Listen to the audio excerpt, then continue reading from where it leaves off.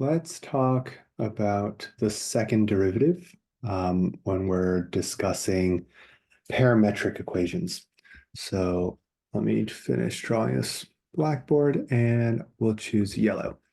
So over here, what we normally see is d squared y dx squared.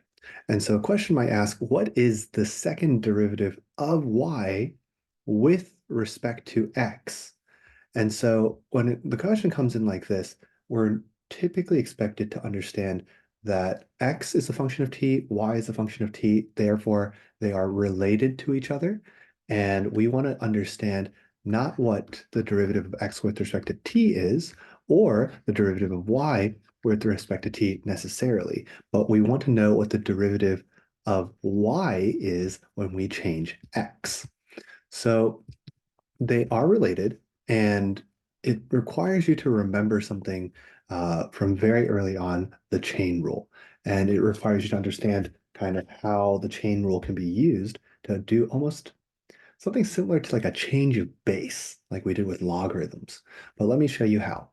So if we were to take the derivative of y with respect to t, right, then we can actually take it with respect to x first and then multiply it by the derivative of x with respect to t, and that ends up being the derivative of y with respect to t. This is actually just the chain rule. So I'll label it for you. This is chain rule. And what you normally see is maybe something along the lines of derivative of f with respect to g times derivative of g with respect to x then becomes derivative of f with respect to x. And so when you look at something like that, what it's actually saying is that, f is a function of g is a function of x, and if f is a function of g, which is a function of x, then technically f is a function of x itself.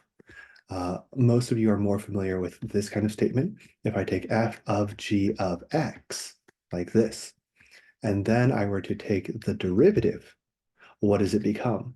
Well, the question becomes, first, what are you taking the derivative with respect to, right? So in most cases, what they'll say is, oh, you're taking the derivative with respect to x, right? Now, some textbooks will write this out, but other times they'll just put a apostrophe and they'll say, well, we're taking it with respect to x, duh, because that's the innermost variable that's there. But again, this is a good habit to form if you're planning on going further, especially when you deal with multivar, just to understand what exactly you are taking the derivative of. So normally, if we're going to mix notation, we would say that this is f prime of g of x, and then multiplied by g prime of x. So this is what we normally see over here. But the reality is this just means that I took the derivative of f with respect to g. And this over here just means that I took the derivative of g with respect to its inner variable here, x. And then this over here just means that I took the derivative of f, which is obviously a function of g, which is a function of x, with respect to x like this. So notice the parallels that we have up here. I basically just wrote the flipped version of this. So if you take a look, df dx is equal to df dg times dg dx, like this. And so when we go back and we think about what we can do with this particular statement, I'd like to try just this one singular move where I would actually just divide both sides by the derivative of g with respect to x. Notice that I treat this as one entire unit. I don't view it as a fraction. It's important, actually, that's kind of a lie. I do view it as a fraction. Later on, I'll tell you why. But technically, this is supposed to be a singular value, as a singular unit. You would not break it apart. But in this case, if I divide both sides, then I end up with df dx divided by dg dx. And that's what equals df dg. So essentially, if I have a shared variable between f and g, a shared input variable, then if I change that and I measure the change in f and I measure the change in g, then I can actually take their quotient. And what I end up actually getting is I'm measuring the change in f with respect to g. Okay, so the way that you could technically also visualize it is that you're taking the derivative with respect to g of f. What this means is if you move g just by a little bit, how does f change? Okay, and it's supposed to be basically almost instantaneous. So that's the concept here. If we apply it above, this becomes a very, very important rule.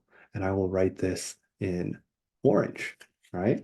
So when we go over here, what we actually get is that the derivative of y with respect to x, if I divide both sides by dx dt, is actually equal to dy dt divided by dx dt, like this.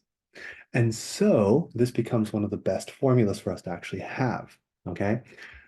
Essentially, when you're looking for the first derivative, the derivative of y with respect to x, I can actually take the derivative of y with respect to the parameter t, and then divide that by the derivative of x with respect to that same parameter t. And that gives me the change in y over the change in x. So notice in this case, we're actually trying to take the second derivative, all right? So how would we go about doing something like this? Well, let's think about it one step at a time. What we're really saying here is that we're taking the derivative with respect to x of the derivative of y with respect to x. So we are saying we've already taken the derivative of y with respect to x, and now we're going to take the derivative with respect to x a second time. So what can we split this into? Well, judging by this over here, we already know we can actually turn that into, and take a look, we're taking the derivative of y with respect to x, and I want to take that with respect to t. And I'm going to divide that whole thing by the derivative of x with respect to t. So notice what I'm doing with this form over here. I'm understanding this up here to be basically a version of this, where the y right here gets replaced with a dy dx. And then I'm breaking it apart into a top part and a bottom part.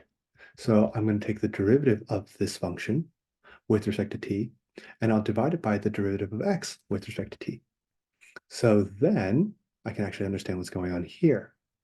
Now, when we look below, there's one more step that we can actually do, all right?